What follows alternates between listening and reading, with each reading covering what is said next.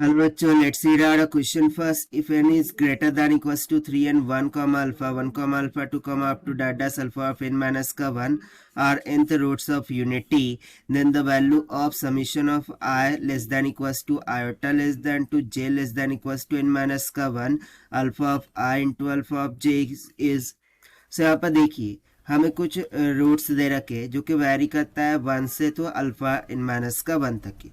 अब बोल रहा है कि जो nth रूट है वो यूनिटी को इंडिकेट करता है and n is greater than equals to 3। सो जो ये हमें समीशन का वैल्यू है जो कि बेसिकली प्रोडक्ट ऑफ रूट्स को इंडिकेट कर रहा है उसका वैल्यू क्या होगा वो हमें फाइंड आउट करके निकालना है।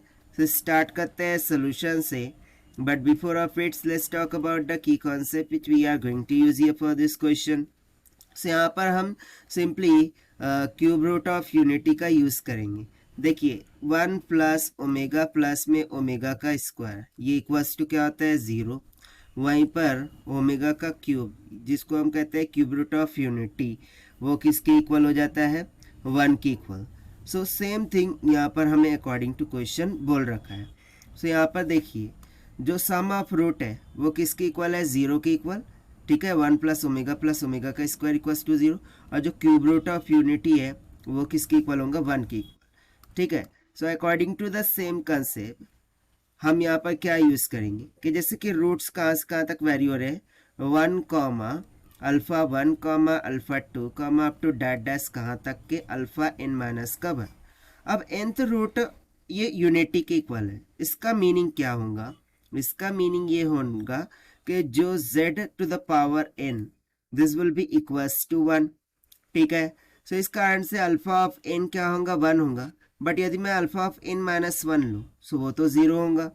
So according to the concept यदि मैं यहाँ से सम ऑफ रूट निकालूँ, ठीक है, यदि हम यहाँ से जो सम ऑफ रूट निकालें सो वो क्या हो जाएगा 1 प्लस में अल्फा 1 प्लस में अल्फा 2, ठीक है, प्लस में alpha 3 plus it will be up to that dash कहाँ तक के अल्फा n माइनस का 1। So according to the concept sum of root ये किसके इक्वल है 0 के इक्वल। सो ये सिंपली हो जाएगा 0 के इक्वल। सो यहाँ से हम क्या करते हैं alpha 1 plus alpha 2 plus alpha 3 plus up to that dash plus alpha of n minus का 1 इज इक्वल्स टू ले लेते हैं माइनस का 1। ये 1 को उधर लेके जाएंगे तो माइनस का 1 हो जाएगा। इसे हम दे देते हैं इक्वेशन नंबर फर्स्ट।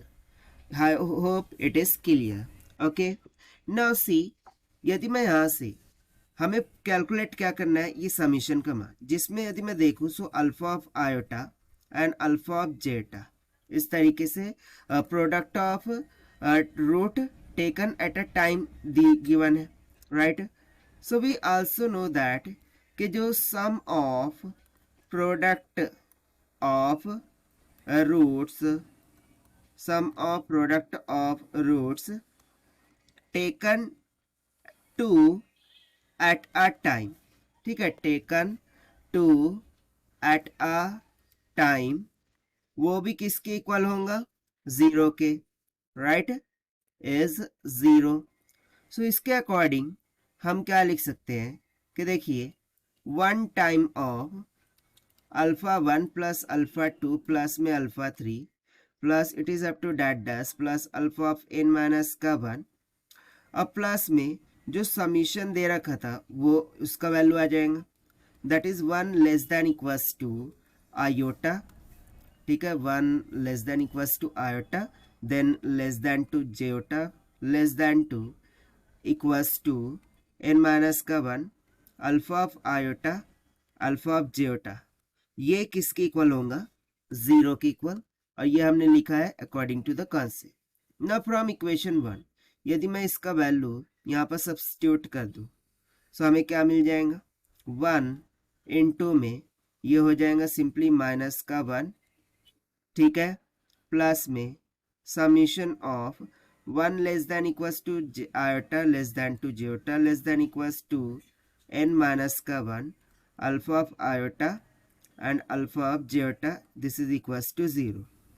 सो यहाँ से summation of 1 less than to iota less than to zeta less than equals to n minus का 1 alpha of iota into alpha of zeta, this will be equals to, ये उधर जाके minus हो जाएगा, so already minus है, सो उधर जाके क्या हो जाएगा, सिंपली प्लस का 1। और देखिए यही समीशन का वैल्यू तो हमसे पूछ रखा था तो find out, and this we have found by using the concept of sum of root and cube root of unity के कॉन्सेप्ट से।